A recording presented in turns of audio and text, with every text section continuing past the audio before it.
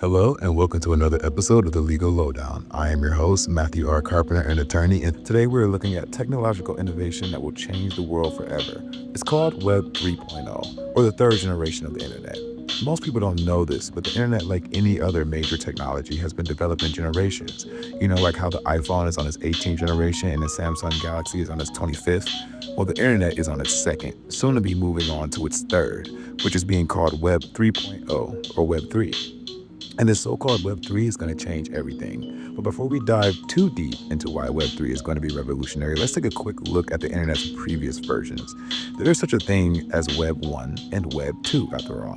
If you're as young as I am, living in your flirty 30s, then you remember Web 1. When people say Web 1, they are referring to the era of the internet dominated by dial-up, shorted telephone lines, and bare-bones websites that could do nothing more than present data to you. That's Web 1. Basically when people use their computers for more offline tasks than online ones. But then came Web 2. We're actually living in the Web 2 era right now. Web 2 is marked by the introduction of interactive web applications. Facebook, MySpace, Twitter, Instagram, eBay, Amazon, and so much more are all hallmarks of an interactive web experience. No more do we go online just to read and observe like we did in Web 1. No. With Web 2, we're able to create and post content, interact with other users on social media, and even engage in commerce by buying and selling goods at our leisure. Web 2 also modified our browsing experience by implementing something called cookies. Thanks to EU protocols, most of you probably get warnings whenever you visit a website telling you that you have to accept cookies. But do you really know what cookies are? Cookies are your personal data that is stored on the website, or more specifically, stored by the company running it, to allegedly improve your browsing experience. Take Amazon, for example. If you are constantly looking for cookware, Amazon stores that data in cookies so that when you come to the website again in the future, guess what? Poof. The advertisements and the listings you see are all cookware. Voila. All this is supposed to make your browsing experience smoother and more enjoyable. You gotta admit, Web 2 is pretty cool.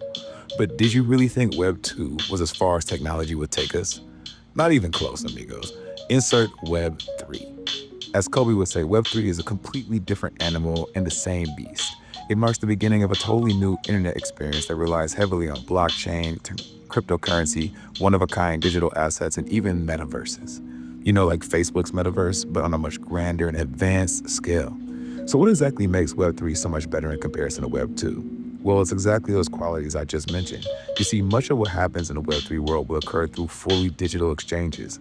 In other words, your transactions will happen on a blockchain. If you don't know what that is, think of it like a public database, but it's spread across thousands of computers, not controlled by one company.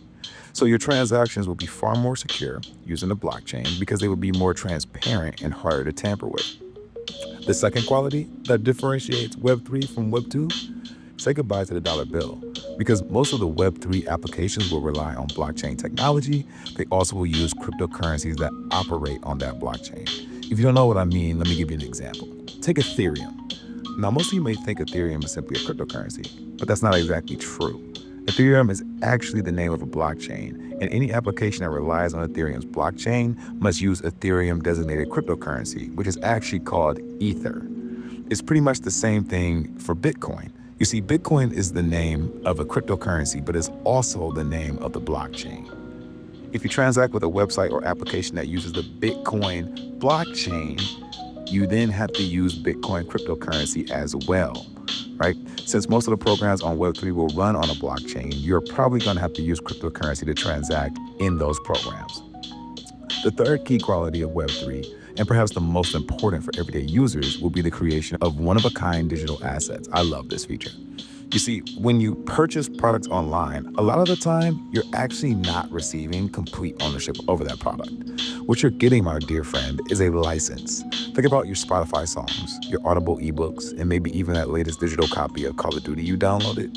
You may have paid full market price for your copy, the same price you would pay if you went to the store. But guess what?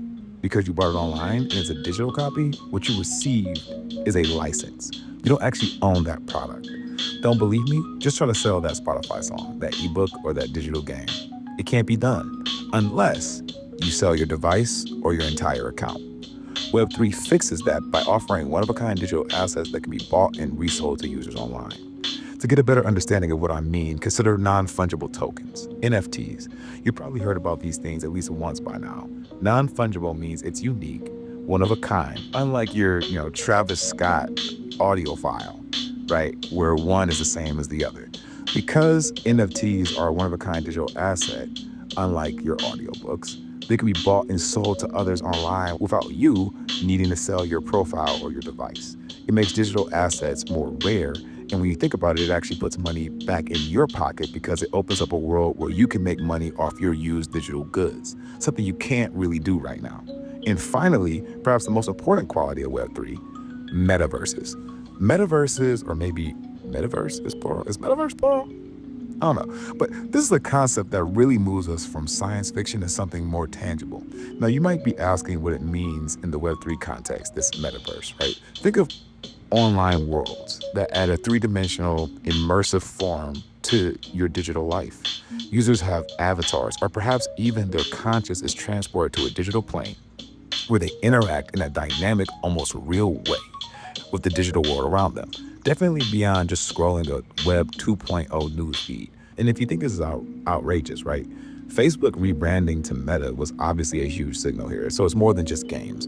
A lot of it looks like, right now, a lot of it admittedly looks like virtual games, right? But platforms like Decentraland and Sandbox, where users buy and sell virtual land, clothes for their avatars, digital assets, often using NFTs, that's a huge difference from what we've seen in worlds like The Sims, right?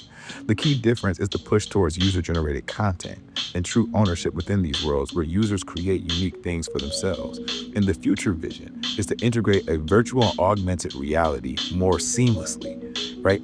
Create robust digital economies, host exclusive events like concerts, build interactive communities, businesses setting up shops, selling digital goods, even virtual real estate. There was actually a metaverse fashion week not too long ago that hosted somewhere around 108,000 attendees. Brands like Estee Lauder gave away wearable NFTs for avatars. Dolce & Gabbana advertised virtual clothes. Companies are even dropping millions on virtual land, betting that a prime spot in a popular metaverse could be like having a store on Fifth Avenue seen by millions of avatars walking by every day. It's a whole new frontier for commerce. It all sounds incredibly advanced, almost utopian in some ways. But let's get real. What's the current status of Web 3.0, right? Why aren't we all using it if it's so cool? That's the crucial question. Despite all the excitement, we're still arguably in the early days of Web 3.0. Even though there are some Web 3.0 apps here, they still rely heavily on familiar 2.0 interfaces to even be usable. And performance usability, guys, is often what users expect when they talk about a newer technology. And the truth is that Web3 apps can be slower, clunkier, or just plain confusing for people who aren't already deep into the crypto and blockchain world. So think about core functions like email, chat, social media that aren't really widely adopted, amazing Web 3.0 alternatives yet. So what are the biggest challenges holding this industry back? Well, user experience, or UX, is a big one. It's often non-intuitive with Web 3.0, and there are costs. Like right now, fees on chains like Ethereum can still be pretty high, making small transactions uneconomical at times. And if you think different blockchains like Bitcoin and Ethereum are working together, interacting seamlessly, forget about it. Interoperability is still a huge issue. You have Ethereum, Solana, Bitcoin. That's just to name a few of the more than 1,000 blockchains that exist. And all these different blockchains right now, getting them to talk to each other seamlessly is tricky. It needs to be like cellular networks if it's really going to work, where it doesn't matter if your friend is on Verizon and you're on AT&T, you can just call them. It should just work. And blockchains aren't there yet. Users shouldn't have to worry about cross-chain and utilization. Who even knows what that means? Or manually bridging assets. Okay, so wrapping this all up. What a journey we've gone through with Web 1.0, Web 2.0, and Web 3.0. It really feels like this Web 3.0 thing could bring about a totally new kind of business and, just change the way that we all interact online. But to be clear, I want to be clear here, things are in flux and not every project will survive, right? But the underlying potential of Web3 The shift from users just consuming to users actually owning a piece of the networks and the applications they use, that feels significant. The shift to user owners, it presents huge opportunities, but also forces both startups and established giants to really innovate and rethink how they create and share value. So for you, my most valued and most beloved listener, while you process the prospect of this beautiful digital world, here's something to chew on. In a world where digital ownership becomes truly verifiable, transparent, maybe even programmable, what does it actually mean to own something online? And how can you bring entrepreneurial ingenuity to this equation? And also, how could that fundamental shift reshape everything from our daily chats to our data privacy, maybe even to the future of our jobs? Just something to think about. Thank you for listening to this episode of The Legal Lowdown.